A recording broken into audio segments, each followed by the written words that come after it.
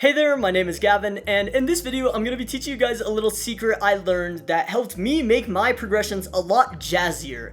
And what I mean by this concept of jazziness is it has a lot more emotion, a lot more feel to it, and it sounds cooler than just our normal basic progressions. And I'll be showing you guys how to do it in this video, so stay tuned. I love all of you, and yeah, this is how to make your chord progressions a lot more jazzy in one simple step. So you may be asking, Gavin, how do I just magically play jazz progressions super quickly? And, you know, it's really not that complicated. What I'm going to be showing you guys is C major right here, okay? So we got the C major chord, C, E, G, right? And then we have D, F, A for our second chord, so this will be the 2 chord. And then we have G, B, D as our 5 chord. And then C, E, G as our 1 chord. So far our progression goes like this, right? Let's do that again. And, you know, that sounds pretty basic, I ain't gonna lie, you know, it's cool, but, you know, there's a lot more we can do with it. And what I'm gonna be showing you guys is this awesome little tip right here. You ready for this? It's gonna blow your mind. Okay, let's look at our resolve. So, we end out on the C major chord, right? This is the last chord that we play before everything repeats, and then it goes back to the 2, 5, 1. So this is our 1 chord, okay? Now, how can we get to this chord in a cooler way? Well, what I do, and a cool tip I've been using, I've said tip 100 times already, let me just say it, is the chromatic rule. And what I mean by this chromatic rule is going either a half step above our final chord or a half step below our final chord. So either a note above it, like the C sharp major chord, or a note below it, like this B major chord, okay? And let me show you this in context. I think it's going to blow your guys' mind. It's really cool. So let's look at this, right? So we have this 2, 5, and let's choose one of these chords. Let's choose C sharp, okay? And as you can hear, that C sharp major chord resolves back down to that C major chord. And, you know, this isn't very complex. I'm using really simple chords right now, but if we spice it up a little bit, let's listen to what we can get. So I'm throwing in a D minor 9 chord, okay? And then this big G chord with a flat 9 in it, right? And then instead of just playing a C sharp major chord, I'll play a C sharp, 9 chord. Ooh. Oh my gosh, isn't that amazing? Let's listen to this in context without me yapping over it.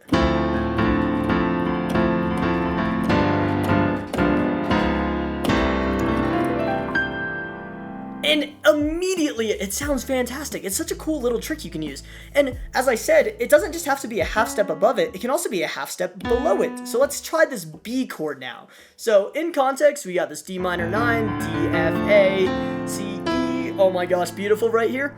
And then we can just go to this G, F, A flat, B, D, right? So, and then let's try putting in a B9 or B major 9 chord like this. Wow, do you hear that resolution upwards?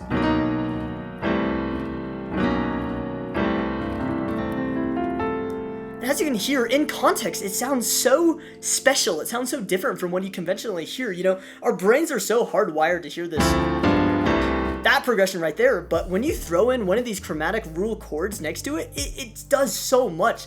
I'm just going to play for a little bit, and I'm going to throw a bunch of examples of this in here, and you can just listen how impactful it can be in your improv.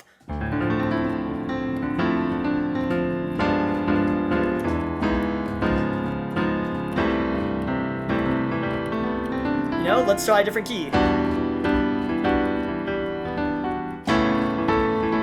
And we go a half step below our root, which is D, so like...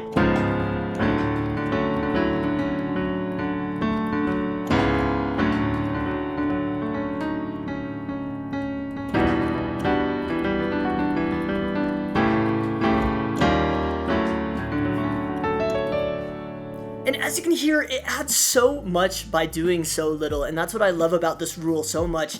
You know, it can do so, it's just, the complexity can improve so much in such a small amount of time. It's amazing. I'm at a loss for words right now with what I'm trying to say. So let's try to recap this one more time. We're going to try a different key now. Let's say we're in F major, so F, A, C, F, right? We have the 1 chord right here, the 2 chord right here, 5, and then 1.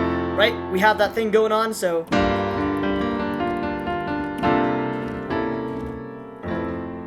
that sounds cool. But let's try our chromatic rule. So what's a chromatic note either a half step above or below F? Well, hopefully you got F sharp or E. If you didn't, I don't know what you've been watching this whole time. So let's try it first with this E right here, okay? So let's do our 2 chord. Right, we have this 13 chord, right? And then we just go to this E major chord. Wow, it's like, and it doesn't have to be major, you can even do it minor maybe. Just kind of depends on the feel you're going for, And by the way, this is a new magic wand right here.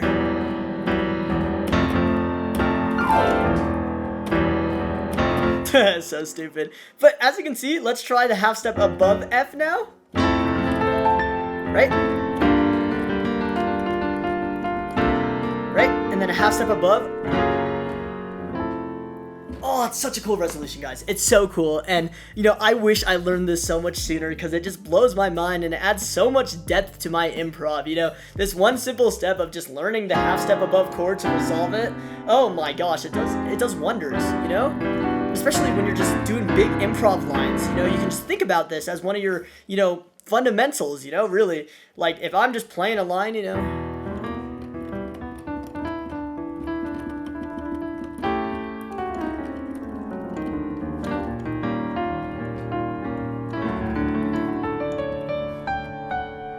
It's amazing. So yeah, I hope I could explain this well enough for you guys. It's a really cool little tip you can use, a little tactic.